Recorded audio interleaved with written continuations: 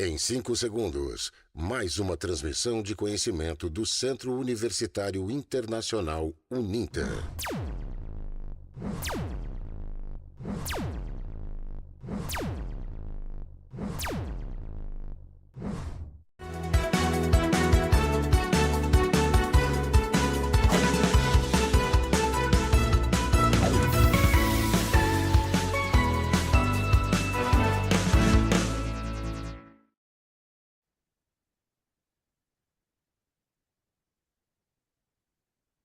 Noite. Agradeço a participação de todos e todas. I'd like to thank you participation. So welcome to Global Meeting Uninter. This evening is very special. We are going to have the impact of austerity policies in the labor rights, in the decent labor rights.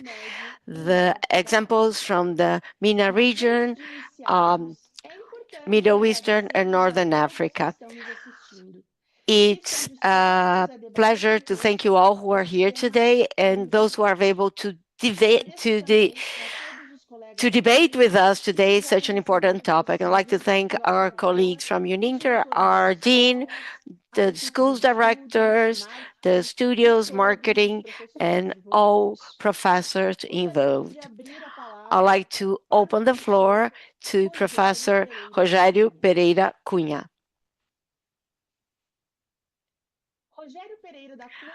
Rogério Pereira da Cunha has an undergraduate degree in history from the Universidade of Paraná. He also has a master's and a PhD at the same area, has a postgraduate in special education.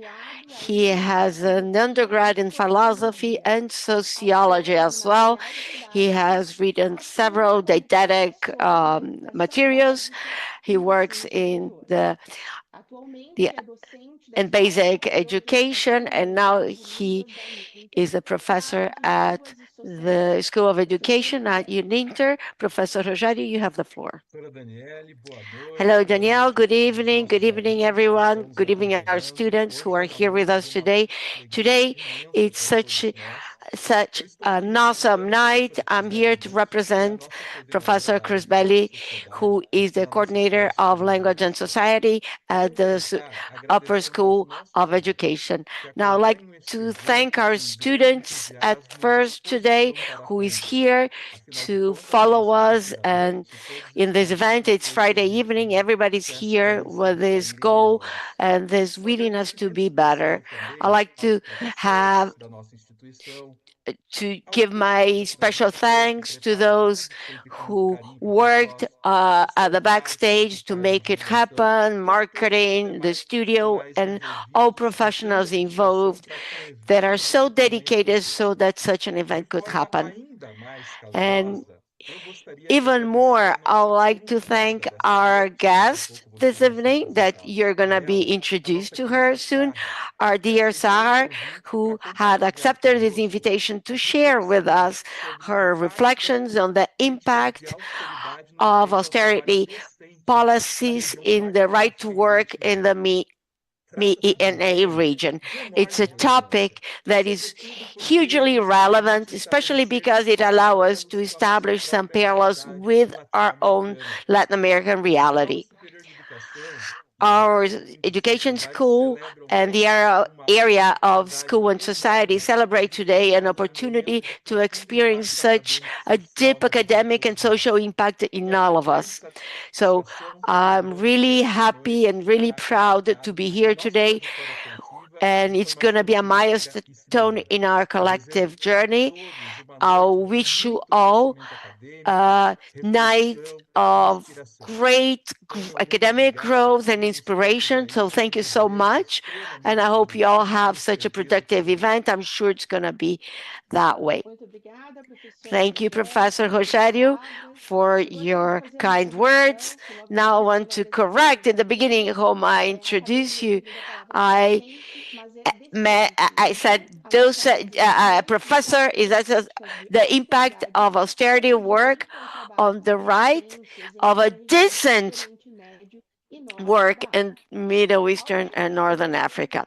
So decent work and economic growth integrate the 2030 UN agenda, and its goal is to promote economic growth, sustainable and sustained, and with sustainability, with work conditions that are dignified to all of us.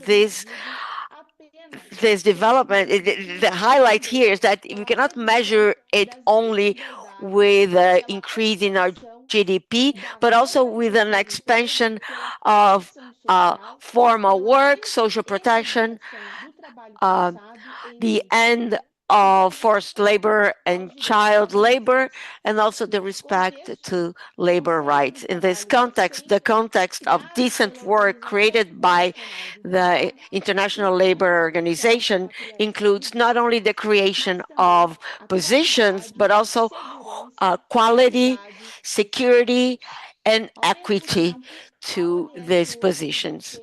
SDG8 defends the importance of innovation, diversification, and the stimulation to the small and medium companies as a spring to the economic development. So that means productivity and sustainability, respecting the social and environmental limits. Our main challenge is to guarantee that economic growth can walk hand in hand with the social economy, the inclusion of women and young people, and the build of a more balanced society able to generate prosperity without compromising rights or reproducing inequalities. Thinking on these dimensions, what we have here today is this very special night with our speaker today, Sahar Meshmesh. Her speech is going to be on the austerity and right to work in the MENA region. She's going to bring a reflection that is crucial on how economic measures, restrictive measures, can affect or have a direct impact in reaching the SDG 8 goals. This target is crucial to understand the challenges that we all experience in different contexts, and so that we can think about strategies that will resist and innovate and guarantee labor rights, social equality, also in our own reality. So I'd like to invite our dear Sarah Meshmesh to start our conversation today, but before, I would like to introduce her. She's currently Inclusive Economies Manager at Tahir Institute for Middle East Policy. She has a master's from the Syracuse University and a master's of management on public from the Tennis Business School.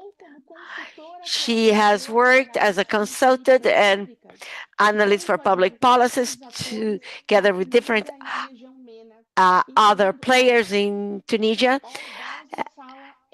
including Al Ben Garden and Alston Nisa. She is an expert in economic justice, gender equality, and climate. So she's an honor to receive her here today. So let's invite her. You have 45 minutes to your lecture, and at the end you're going to have a Q&A session that are also brought by our own students here today. So you are really welcome, and you have the floor. Hi, thank you so much for having me. Yeah, I'm going to share my screen. I have a few things that I would like to share with you, but I want to kind of frame our discussion today around to be expected from this lecture. Are you able to see the screen? Yes. Yeah? Okay, perfect. So today I'm going to be talking about the impact of austerity and the right to decent work in the Middle East and North Africa region, specifically focusing on Tunisia, Egypt, but also bringing in examples from Lebanon and Syria. So I thank you so much for the opportunity, and I want us to kind of frame our thinking today around 3 questions. So the first is, what is austerity? What do we mean by austerity, and who's pushing for this austerity? Our second question is, under these austerity policies, who has access to formal jobs and rather formal jobs? And then our last question is, are they decent jobs? So we're going to be looking at, for the people who are employed under austerity, what kind of jobs can we expect from them? And to spoil it maybe a little, it's not going to be a good and decent job. But we can start slowly by asking, what is austerity? So austerity refers to, and this is backed by neoliberal ideology that basically frames economy as the arena of the private sector. So under austerity and under neoliberalism, the assumption is that the private sector is more efficient, more time efficient, but also more cost efficient in providing services, in providing goods, in providing jobs, and in providing economic growth, the way that it is framed around GDP. And through that framing, we find austerity policies that basically say that governments needs to make its role as small as possible, and basically reorient its role to only security and making sure that there is an application of law and that there is a protection of private property, of free markets, etc. And then the market is going to solve all of the other problems that we have, so societally, so growth and poverty and healthcare, etc. So under this framing, what we see is a retraction of the role of governments and states in providing public services in favor of the private sector that is supposedly going to be more efficient in time and in cost. So what kind of policies do we usually see under austerity?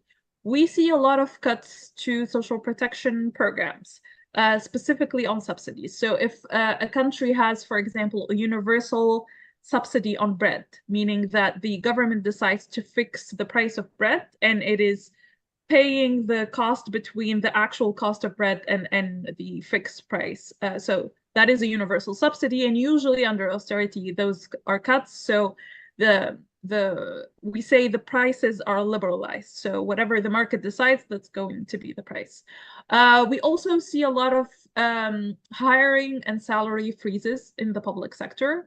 So as I mentioned, the objective around austerity is to make the role of the government as small as possible. So we stop hiring people, and we might even fire some public employees, and we freeze their salaries. So we're not going to see salary raises in the public sector.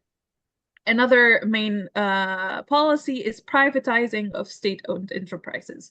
So if the government decides that it has a strategic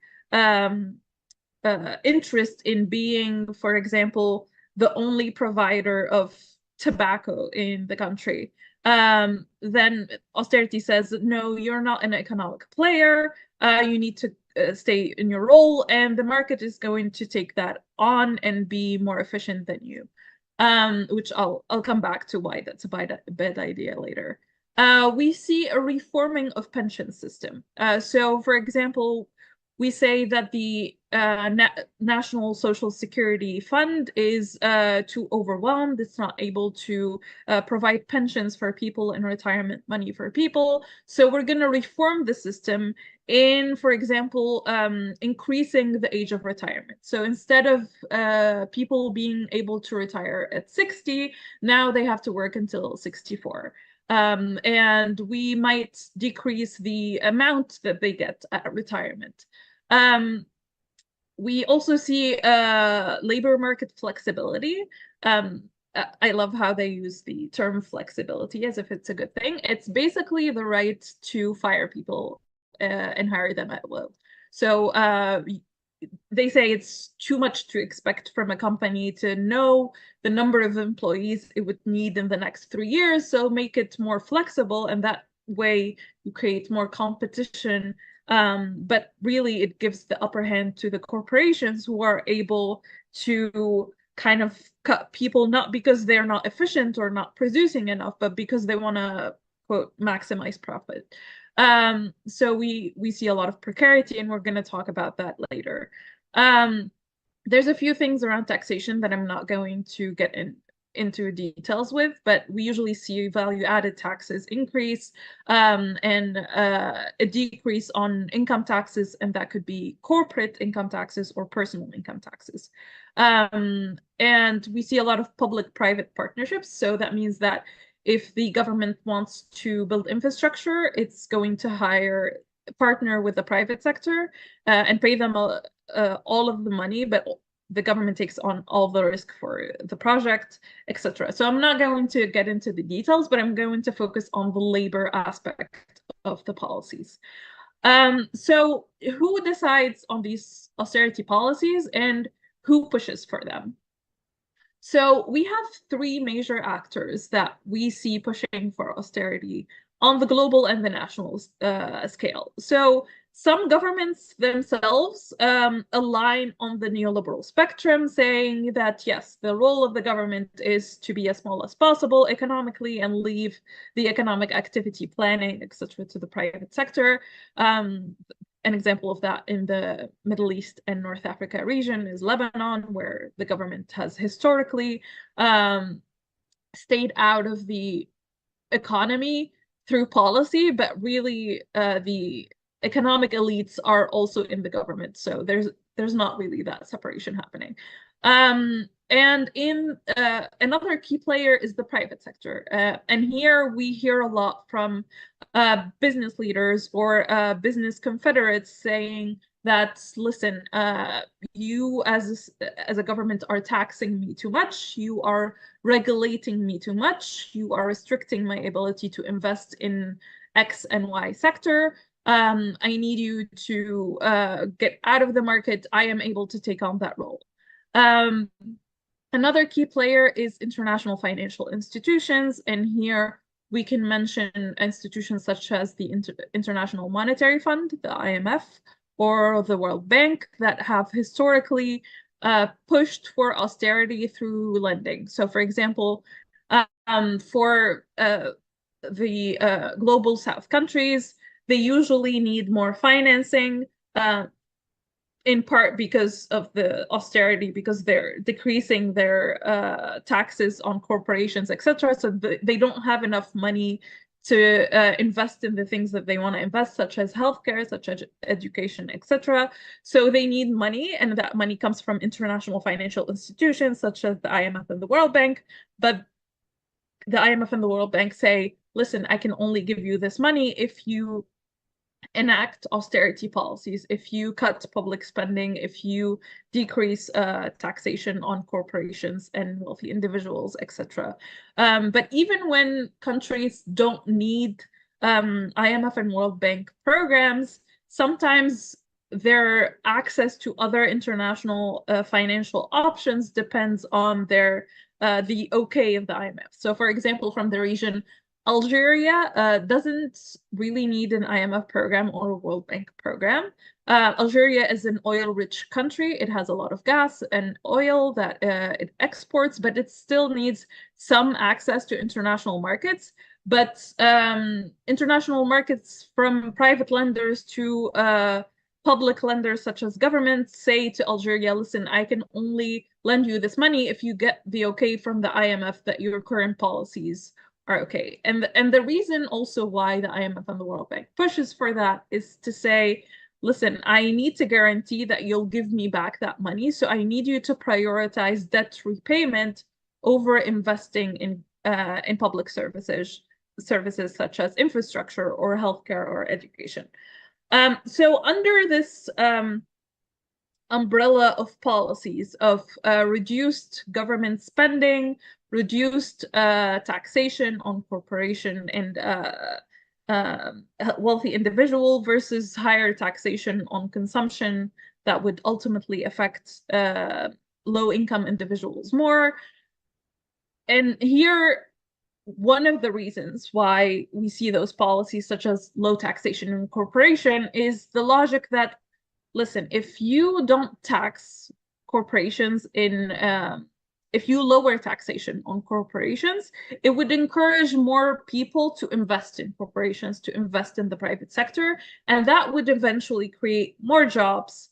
And those jobs are going to, those new people with jobs are going to be paying you more taxation. So you're really not going to lose out on a lot of money. So a lot of the policies around taxation are linked to the creation of jobs. But what we've seen from the region, from Tunisia, Egypt, and Lebanon, is that austerity has not been linked to job growth or economic growth for that matter. Instead, it has led to job losses. And even when some people have retained jobs, those jobs have been of a lower quality and does not meet the standards for decent work. And this is going to be the core of our discussion here today. So I want to start out by, under these circumstances, who has a job? Or rather, the question here is, who does not have a job? It's important for us to not only look at what kind of jobs do we have under austerity, but also who is excluded from the labor market, specifically from the formal labor market. And that has historically in the region been youth and women.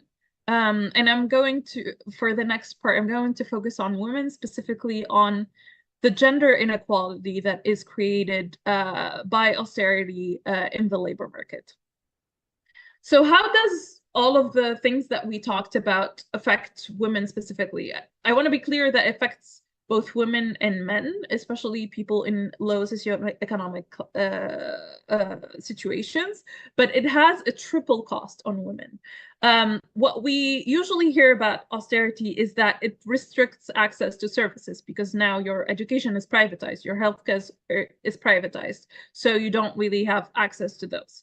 But women have disproportionately been impacted through other things, such as direct losses in income. And this is linked to what we saw in the decrease in spending, public spending. And the reason is that women are disproportionately employed in the public sector.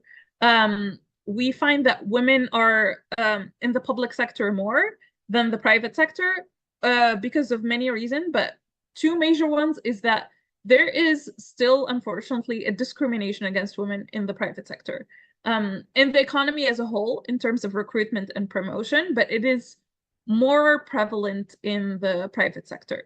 And there's not enough labor protection around that discrimination, both in terms of legislation, but also the application of that legislation. So when you cut public sector jobs, when you have hiring freezes or wage freezes or restrictions around hiring, that disproportionately affects women. Another major impact of austerity is the increase in unpaid work and time poverty. And what we mean by that is that when you, for example, when education becomes privatized, when healthcare becomes privatized, we're going to see two things happening. For the people who are able to take on the cost of the private service, we're going to see them move towards that private service. But we know that not everybody can afford that.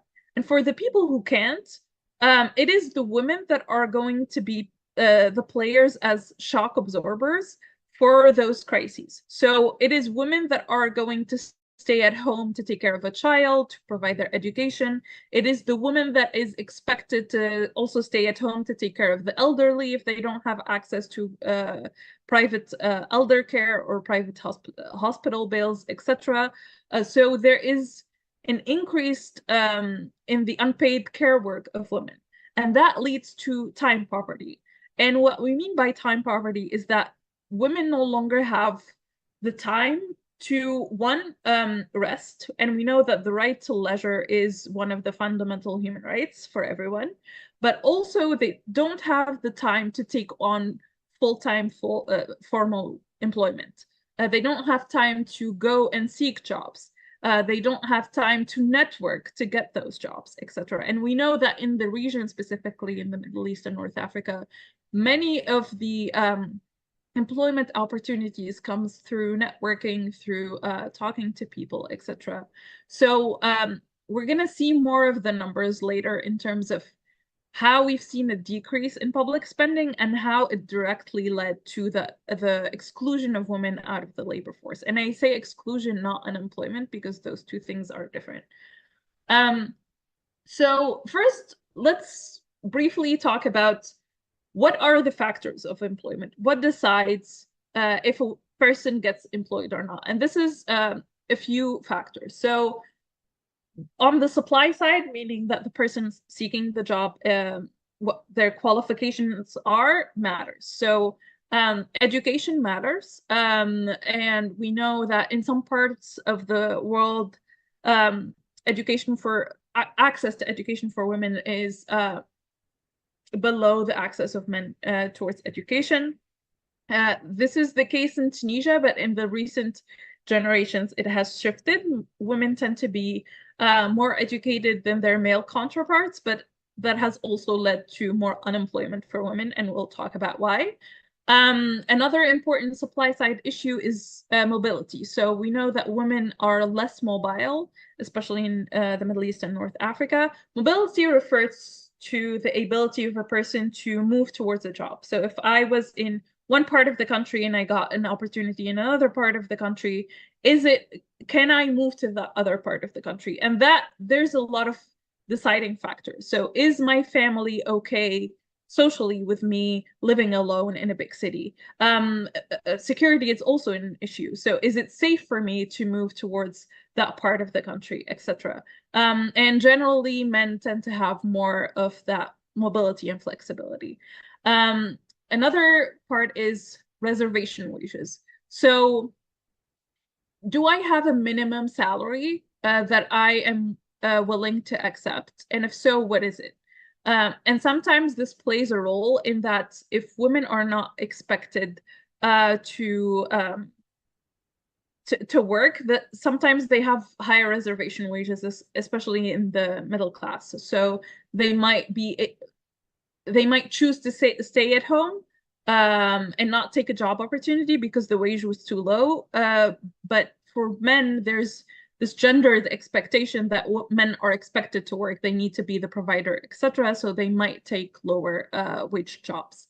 And as we talked about, a major issue is access to care services and transportation.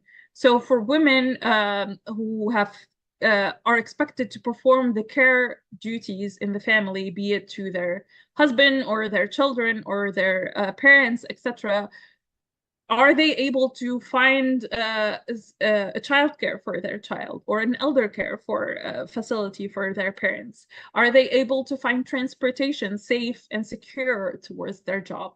Those play more of a part in a woman's decision to take on a job than it does for men.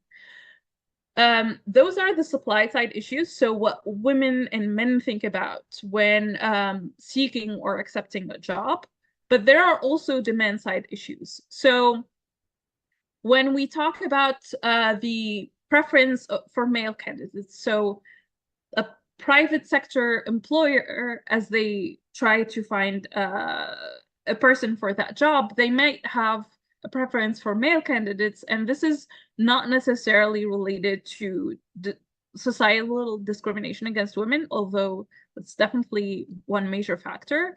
It also has to do with leave policies. So am I expecting this woman to take on maternity leave, for example? And a lot of the countries, except especially Tunisia or Egypt or Lebanon, or other Middle East and North Africa countries, we know that maternity leave is significantly higher than daddy leave. So men tend to only have around 3 days to a week off when they have a child, whereas women have more time. But that leads to discrimination in terms of an employer doesn't want to lose someone for 3 days if they can hire someone that only loses they don't want to hire someone that they could lose for 3 months when they can hire someone that they can only give 3 days to. And this is why we try to advocate for a parental leave that is equal between men and women, that both of them can use to take care of the child, to not have women be the default carers. There's also the nature of open positions. So we know that there's more discrimination in certain sectors. So, for example, if your economy is based on sectors such as construction or automobile industry, we know that those sectors tend to have more discrimination towards women. And the last factor is work expectation.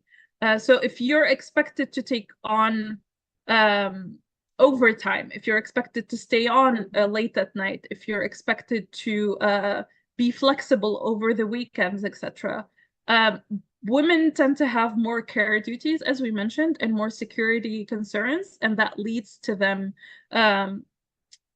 being discriminated against for positions that require that type of flexibility.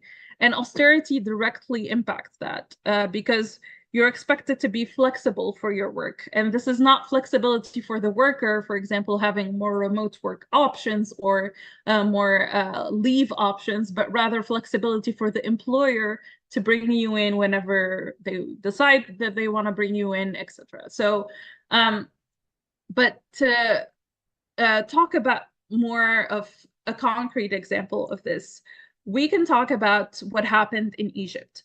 So this is a chart on public expenditure. So this is public expenditure as a percent of GDP in Egypt.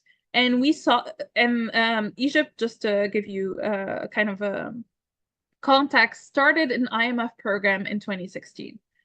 And as we can see, they started talks with the IMF in 2015. So since then, we've seen a decline of nearly 10 points in the size of public expenditure as percent of GDP, meaning that the government is spending less and less on the public sector.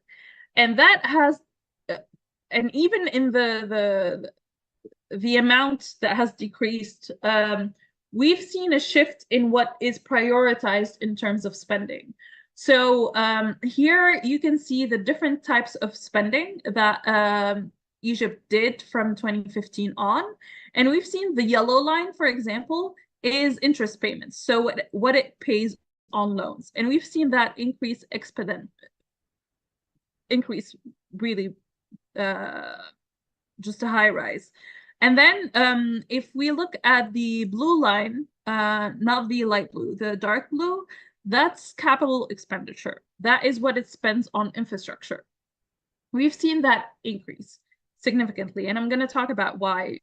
Basically, Egypt is trying to have all of these mega projects that it spends a lot of money on, but most of that money goes through military companies that are able to capture a lot of this money into its structure because Egypt is a military dictatorship. So if we compare the capital expenditure, the trends that we see in capital expenditure and interest payment with the other lines, which are compensation for employees or subsidies and grants and social benefits, etc., we've seen that those lines have either stagnated, so they haven't increased, or they have dropped significantly. So we're seeing that one, the government is spending less and less on public sector, and two, even with the small amount of money that the government is paying in terms of public sector, most of that is going towards interest payments, so debt, etc.,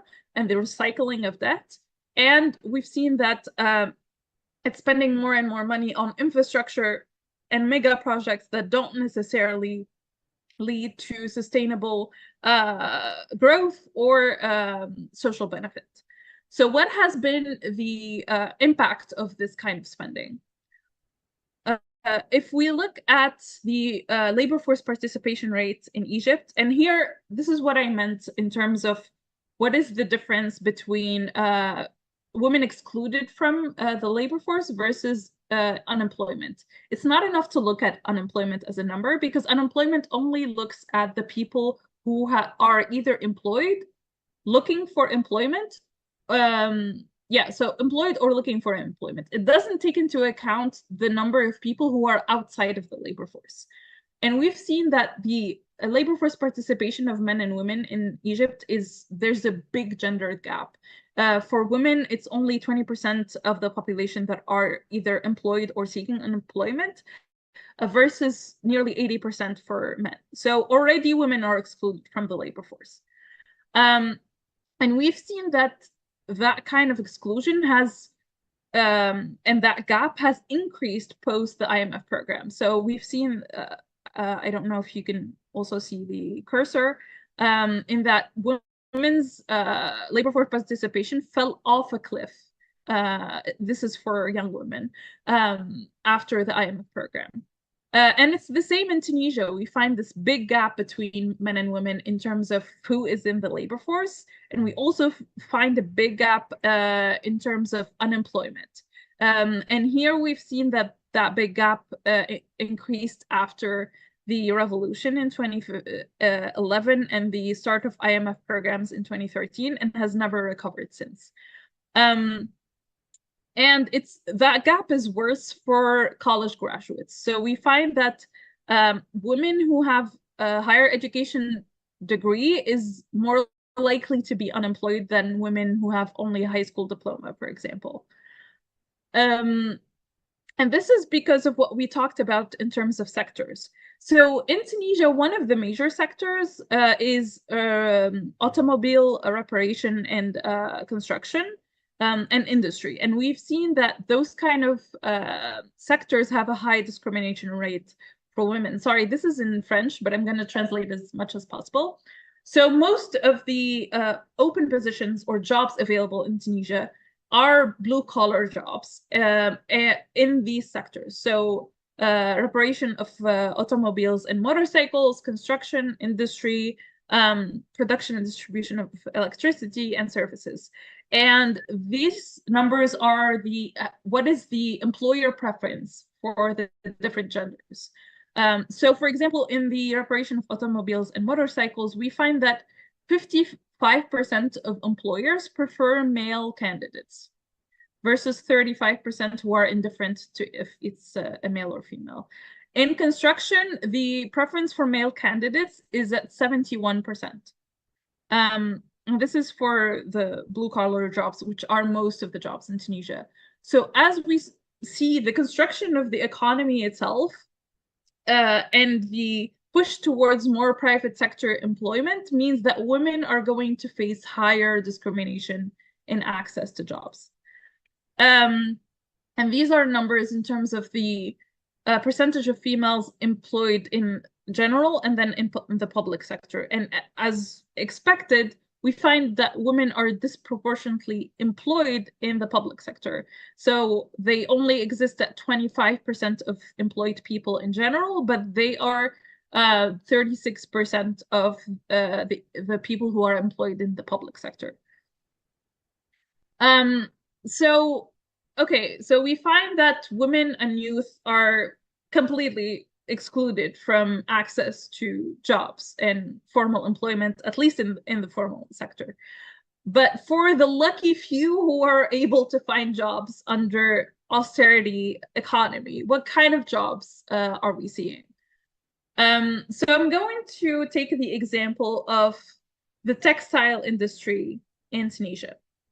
So the textile industry in Tunisia is a major part of the economy, and it has 35.7% of all the total of the industrial working population. And the reason why that the textile industry is so big in Tunisia is because we decided in the 70s, as we opened up the economy and started austerity, that we are going to try to build a value-added chain from Tunisia, starting at low-wage jobs and entry-level positions in production to build up our production capacity. And for that, we had many structural adjustments. And one of the policies, for example, is that corporations who are working in the textile industry and have total exporting nature, meaning all of their products are meant for exports, are going to be totally exonerated from corporate income tax. So they're not going to pay the state from any of their profits. And that's not a small amount of money. So a study by the World Bank found that in 2013, if the offshore firms, and many of them are in the textile industry, paid the general corporate income tax rate of 30%, they would have generated a tax revenue equivalent to 6.8% of GDP. To put that into perspective, that's more than 1.5 times the budget of the healthcare ministry. So it could have covered more than 1.5 times all of the money that was spent on healthcare that year. So it's a huge loss, but okay, let's say that for that huge loss, it's still providing jobs, so it's okay. But what kind of jobs are we talking about? And what is the cost of that revenue? So the same study by the World Bank, just to put that into perspective, in 2014, that tax incentive that says the offshore companies don't have to pay that 30% tax was revoked. So now they have to pay the taxes. And the logic is that, well, if they're going to start paying taxes, they're going to leave for another countries, or they're going to decrease and we're going to lose jobs. And this is why we didn't want to, like, this is why we started the policy in the first place. But what it found is that the increase in taxation had no effect on these corporations. So from 1972 until 2013, Tunisia has been losing money, significant amount of money that could have been spent on education, on healthcare, on infrastructure, etc. And it decided to give away that money to a corporation with no impact. So when the lifting of the tax exoneration happened, we didn't lose any jobs. So that shows that these kind of policies of let the private sector work in terms of low taxation, they don't really, they're not realistic in our kinds of economy. But also we need to think of, okay, if we want to build industrially through the textile industry or others, then we need certain criteria from these jobs. So there has to be a transfer of technology. Workers have to learn new things to be able to build new things. But in this kind of sector, we have no transfer of technology. The workers are not learning new skills. They're not able to advance in their jobs. So all of the upper management of these export-oriented corporations are foreigners that come in and keep the secrets of the trade to themselves, and the workers basically have no benefits capacity-wise. It's also strenuous work. So it is over 8 hours of work under very unsafe circumstances that have led to a lot of healthcare complications. And as a result of that, most people, if they're not fired from their job, they stop working in the textile industry very early because their bodies just can't handle it. And that leads, one number to mention that is that 80% of the workers in the textile industry are aged 16 to 35. So we have 4/5 of the population that is very young, because people just don't have the capacity to work long-term in these sectors, and they're not able to advance in their jobs. They're not able to have a management position. They're not able to have a leadership position, because most of that staff is filled up by foreigners, because all of this, again, all of this investment is foreign direct investment. So they're saying we need to give people these tax incentives, not only for the domestic investors to come and open these factories, but also, since we don't have a lot of money domestically, we need people to bring in more the money from outside and build these factories. They're also low-wage sectors, so usually it's a minimum wage job if it's not less than minimum wage, which is illegal, but it is very prevalent. There's no job security. So one of the practices that we find in the textile industry is that they bring in people for a trial period of 3 to 6 months and then immediately fire them after, because they don't want to pay the social security contribution. And it deepens regional inequality. And what we mean by that is that most of these factories are in coastal areas, be it in Egypt or Tunisia or other countries. And this is because most of the investment that happens in Tunisia, I don't know if it's the same example in Latin American countries, the infrastructure and the administrative services, etc., only exist in the coastal regions, and a lot of the non-coastal regions are excluded from these services, meaning they can't really provide a good investment environment for these factories and these jobs. And I can also, if people are interested, explain how austerity deepens these regional inequalities beyond the job discrepancy. So in Tunisia, we find higher unemployment rates in non-coastal regions than coastal regions. And the government, because it doesn't have the money anymore because of austerity, can't invest in providing infrastructure, water, electricity, roads to these non-coastal regions. Another major problem with these kind of jobs is that it has no social protection. And this is what Daniele was talking about. It's not just, do I have a job, do I have an income, but also, is that job providing me with security? And the answer is no. The kind of jobs that we see under austerity do not provide real social protection. So we have depressed wages, and the starting logic behind these jobs are, okay, we're going to have low wages, but the state is going to provide universal subsidies on food. The state is going to provide access to social housing, access to education. But as the year went on, those kind of social provisions decreased and the depressed wages stayed.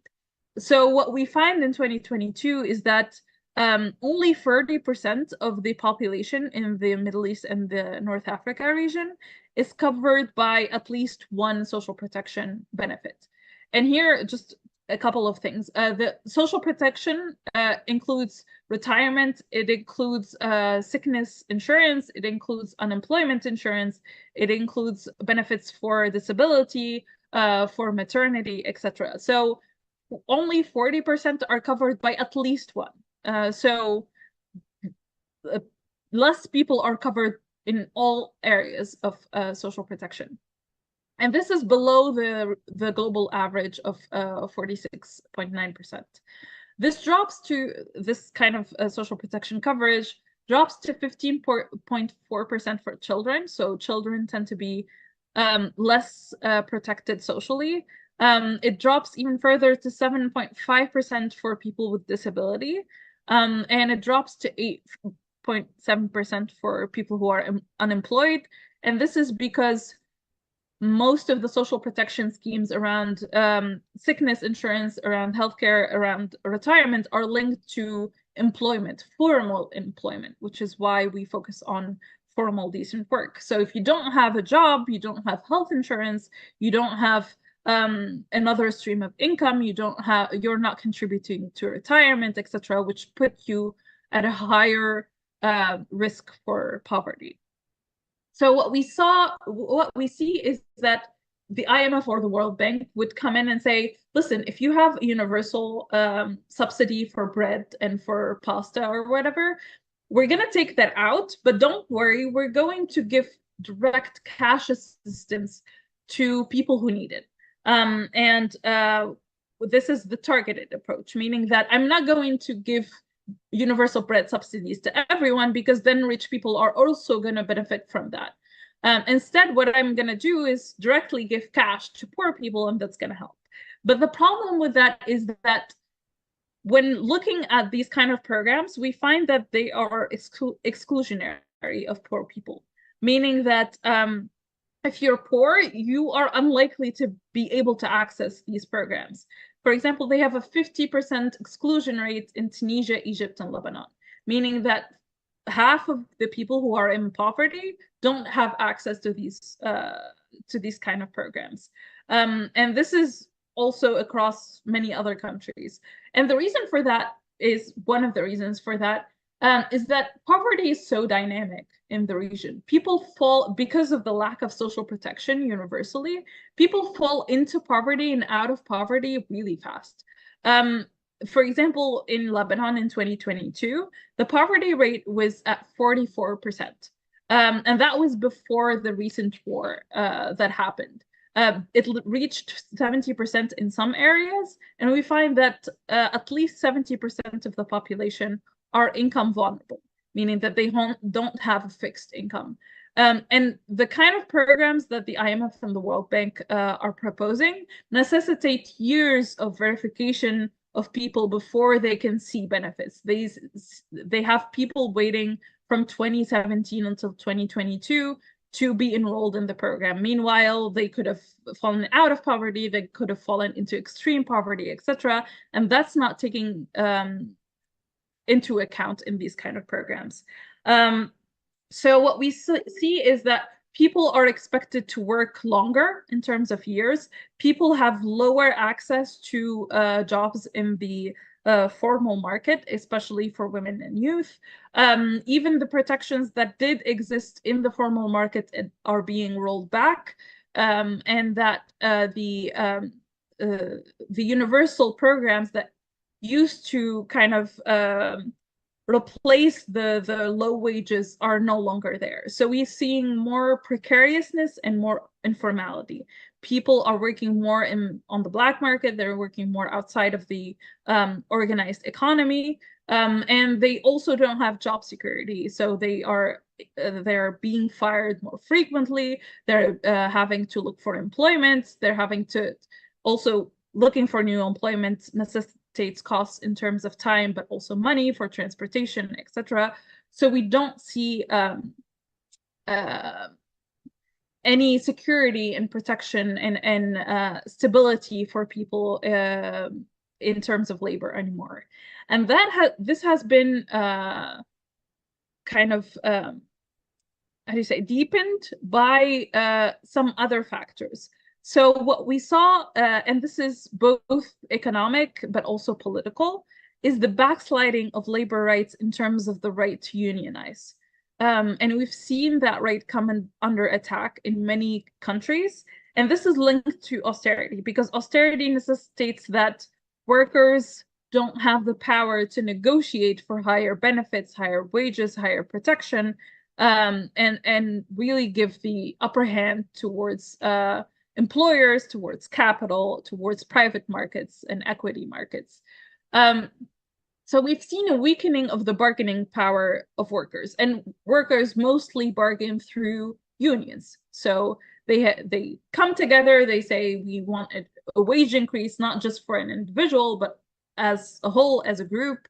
And we've seen that power weakening, not just today. This started in the late 70s and then the early 80s, both in the US and in the UK, in terms of union busting.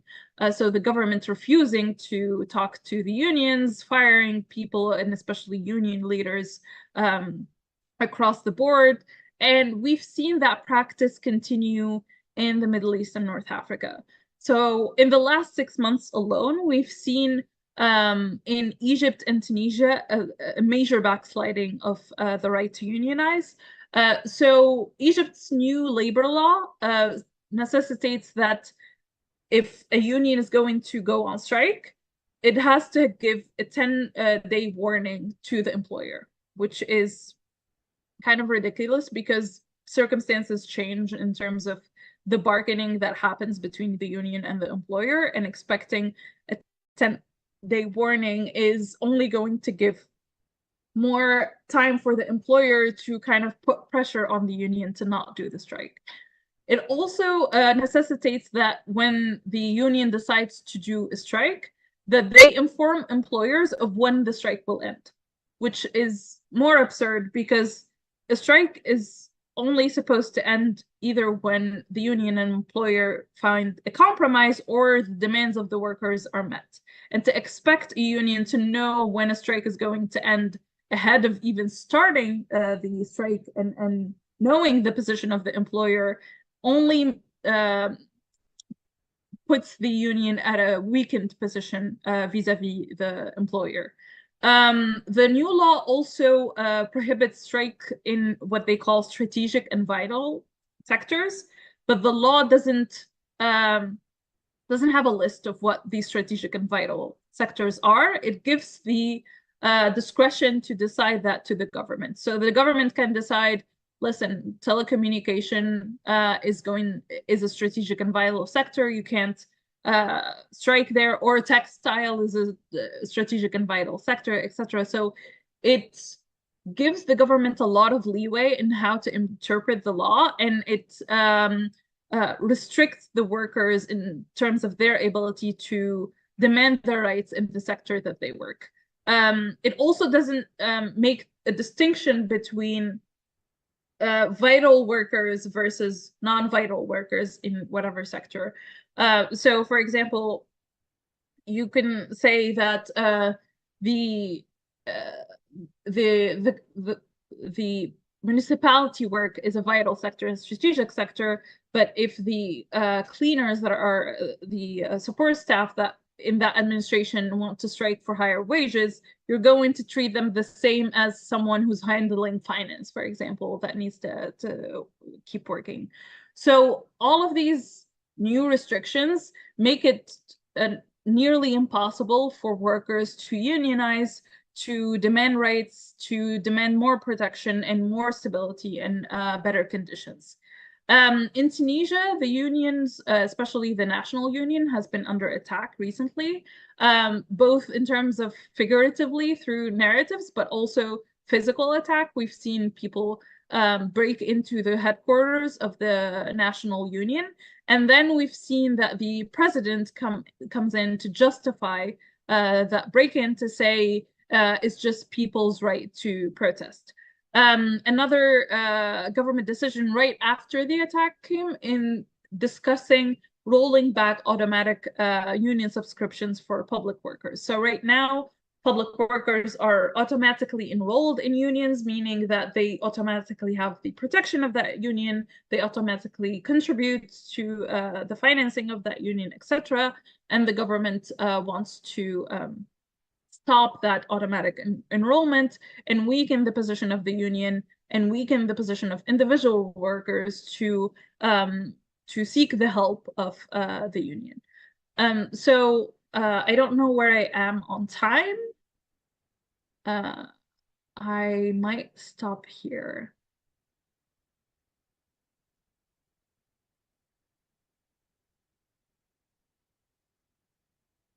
Sorry, how many? Okay, 2 minutes. Okay. No, that's okay. I think this is a good place to stop. And I'm happy to discuss the intricacies of this later on, and maybe some of the solutions that can be thought of for these policies. But I think the conclusion that we have is that austerity fails on multiple facets and multiple levels. It doesn't bring in the economic growth that it promises, and it doesn't bring in the job growth that it promises. And even in the jobs that are created under austerity, the conditions make it so the workers do not have social protection, do not have security in terms of income, but also job, do not have their human rights in terms of access to quality healthcare, access to the right to unionize and to collectively bargain, etc. So we have to rethink all of these policies, both in the region and globally, to have a different approach that prioritizes human growth over corporate growth and a more sustainable path towards economic prosperity for people, but also for planets, but that's a different conversation. So I'm going to stop there. I hope this has been helpful towards people who are looking at the right to decent work. I know that the MENA region is not maybe the focus of a lot of students, but I think there's a lot of overlap and similarities between the MENA region and Latin America. So I'm happy to hear from you in terms of questions and comments. So yeah.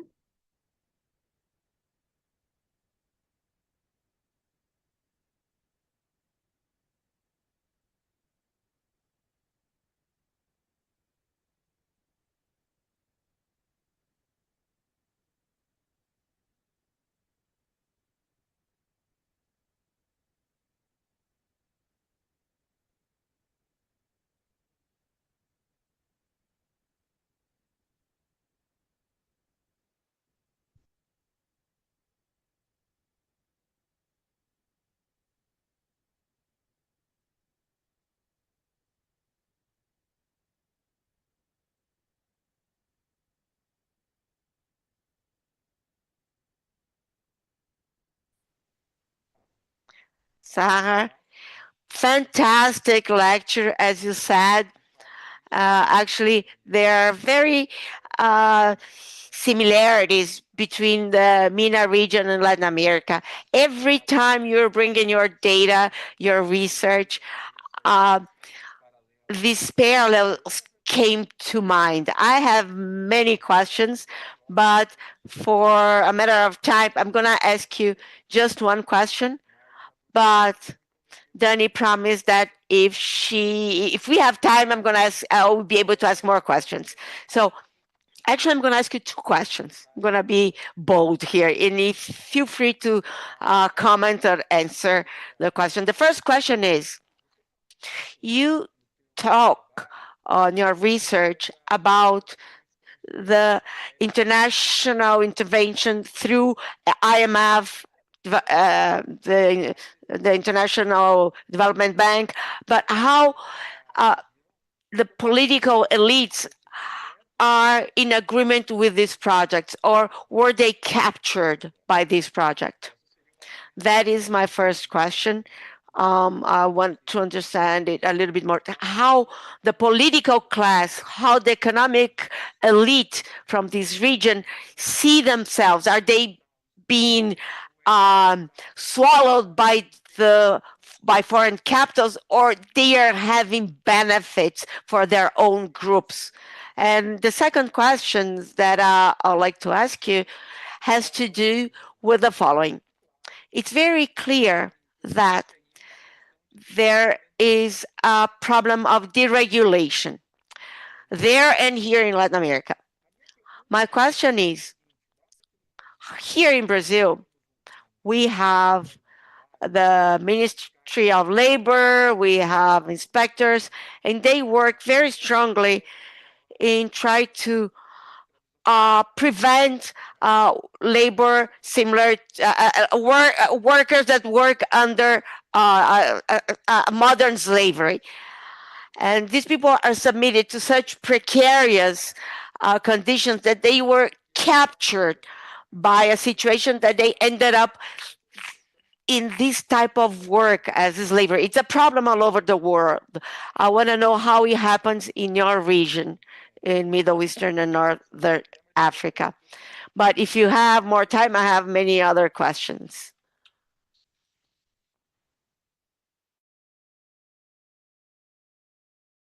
Thank you, Rogerio. Daniela, do you want to have more questions that I can answer together, or do you want me to answer questions? Yeah.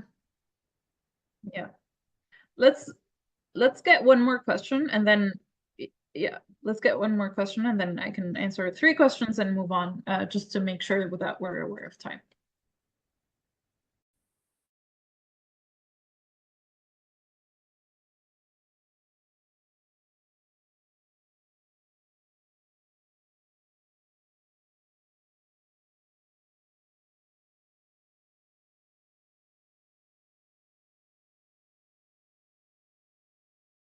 All right.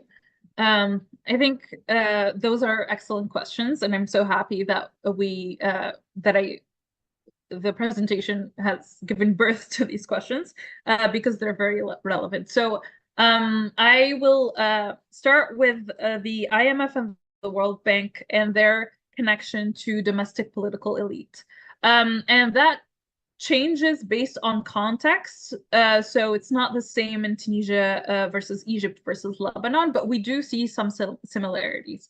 So for example, the IMF seems to be inflexible on conditionalities that might affect working people, and has been very flexible on conditionalities that might affect the political elites. To take the example of Egypt, for example, the IMF has been very strong on the lifting of subsidies on energy, on food, etc. And those subsidies have been the social safety net of poor people, of working class people, especially as the economy basically collapsed under the IMF programs. However, it has been very flexible when it comes to the privatization of military companies that are captured by both the political elite, but also feed into the economic elite. So we've seen that the IMF is saying that no, you need to lift subsidies on food and medication and energy right now, but it's okay. The military control over the economy can wait a little bit, or we don't have another conditionality under the Egypt IMF program is that the government has to produce this report on tax expenditure, meaning if you have a tax incentive, such as what we've seen, exoneration of taxation for corporations, etc., you need to calculate that cost and publish it and give it to the IMF. The government failed to do so. The report that they mentioned and that they shared with the IMF has very little information around private sector or public sector or military companies, etc. But the IMF basically accepted it and was saying that the conditionality has met. And we haven't seen that kind of flexibility, for example, when Egypt needs to be paying and spending more on the financing of education or healthcare or social protection. There, we've seen the IMF saying, no, absolutely not, you can't do that. In Lebanon, we've seen a different dynamic where the IMF is on the left of the government. The government has more austerity than the IMF demands. So in that, we've seen the IMF saying, okay, maybe you should actually spend more. And the government says, no, we don't want to spend more.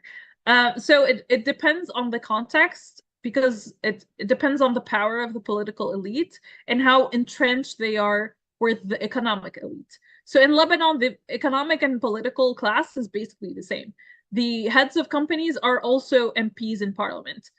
So they're able to tailor policies and negotiate with the IMF and the World Bank to feed their interests and to feed their profits.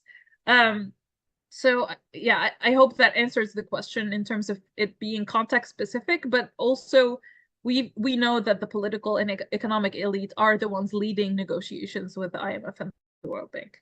On deregulation and modern slavery specifically, in the Middle East and North Africa, there's very specific categories that unfortunately we've seen having to deal with that, and it's not even an illegal practice, So, for example, for migrant workers in Lebanon and in Gulf countries, there is a system, a legal system in those countries called the kafala system, where the employer has the right and the duty to confiscate the papers of the workers. So the employers keep the passports of these people, the work permits, etc., in their care, and under the law, they are seen as the one responsible for that worker.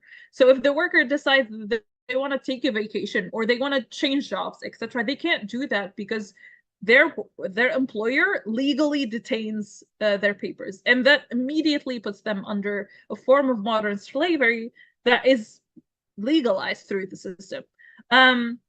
But even under the other laws, there are categories of workers that are excluded from social protection, from access to rights. So the Egypt law that I talked about, the new labor law, provides some new protections for some workers, but throughout all of the law, it excludes domestic workers. So this new law that is supposedly going to be applied to all workers automatically excludes domestic workers from any protection, from any decisions around minimum wage, around the right to unionize, around the right to collectively bargain with their employers, etc. And this has very intersectional factors, because a lot of the domestic workers are also migrants, and also a lot of the domestic workers are women. So it has gendered and many other aspects that means that women migrant workers has a lot more risk for modern slavery practices than other categories of workers. So all of these practices, unfortunately, are legalized. It's not even about the government trying to find out the exploitation of workers and stop it. It's that the government has written it into law and is enforcing it. So those are, I hope that answers the question in terms of modern slavery and forced labor in the MENA region. The question on tax justice, honestly, that can be a whole session. But what we saw in terms of taxation is that the IMF and the World Bank and austerity-driven governments puts the tax share more on low-income people than on the wealthy or the corporations. And the principle of tax justice is that if you are able to contribute more, you should be contributing more. So if you have a high income, high wealth individual, you are expected to contribute a higher rate than someone on a minimum wage or below a minimum wage. But for the value-added tax, for example, we see that it impacts low-income families more so than the high-income families, and it prevents them from being able to save money to meet their needs, etc. And mechanisms such as the personal income tax with the different brackets or wealth taxation is nearly completely absent from the region, when we know that inequality is really high in the region. It is one of the most unequal regions in the world. And I'm happy to share also reports around that, specifically looking at the MENA region. But Latin America is also a highly unequal region that unfortunately is not, we're not seeing policies to address those inequalities either.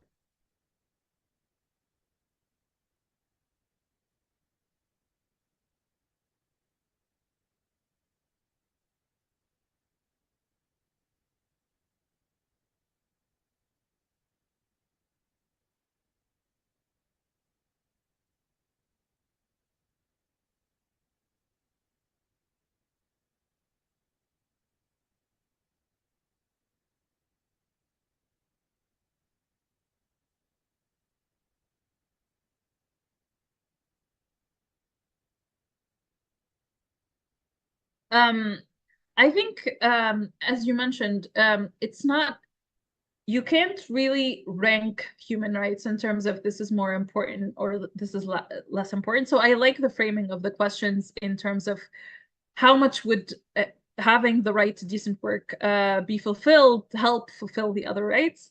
And I think it's really important because when people have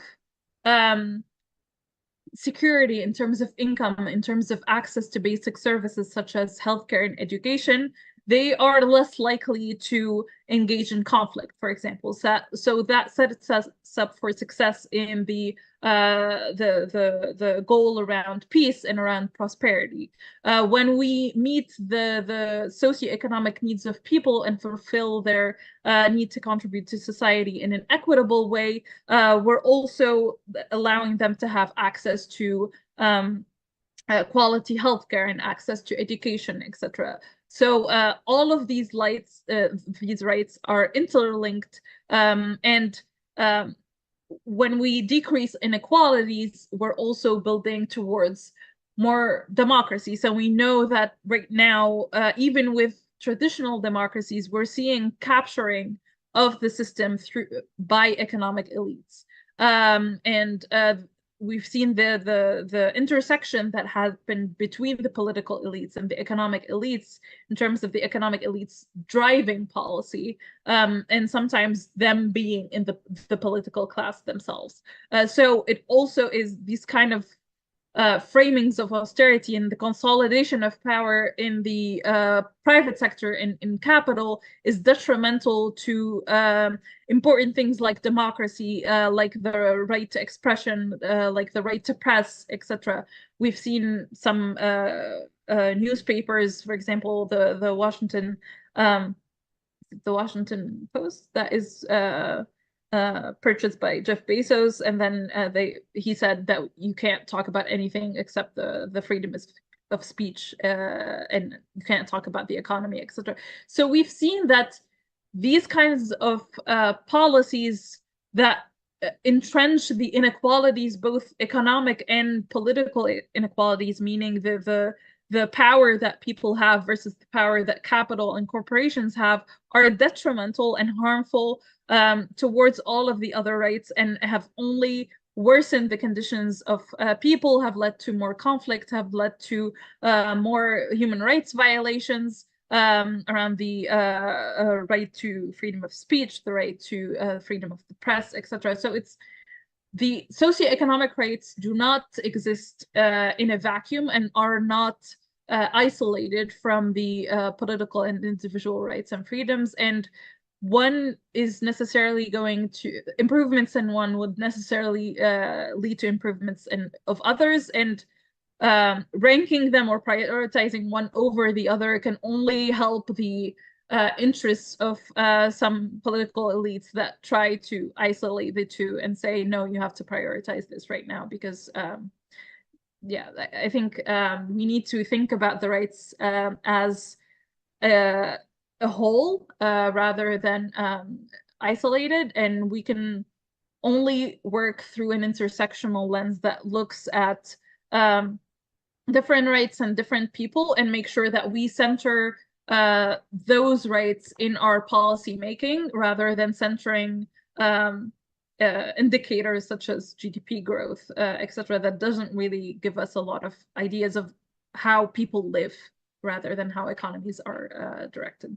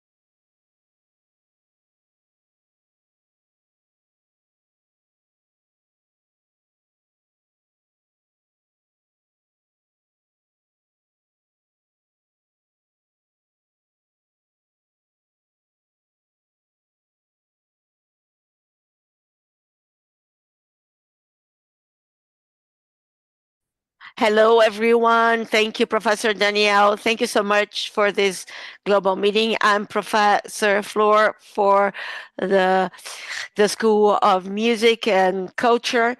So what we are gonna show you today, it's a wonderful work that was a semi-finalist of a Brazilian championship. I would say like we have it going on now, and next week you're gonna have the link for votes. So our fourth term, 2025, it's the song festival. It's like a song festival. It's like a championship. So I'm gonna the composer allowed me to read this text. It's possible to tell a story through music. Is it possible to describe people using musical notes? For believing in all that, I do what I do today. In the past, I decided to compose something to my wife and kids, trying to describe them in musical notes. First one was for my younger one. Our kids are in the autistic spectrum, and I'm really happy. I thank God for that. Taking care of them is a great challenge.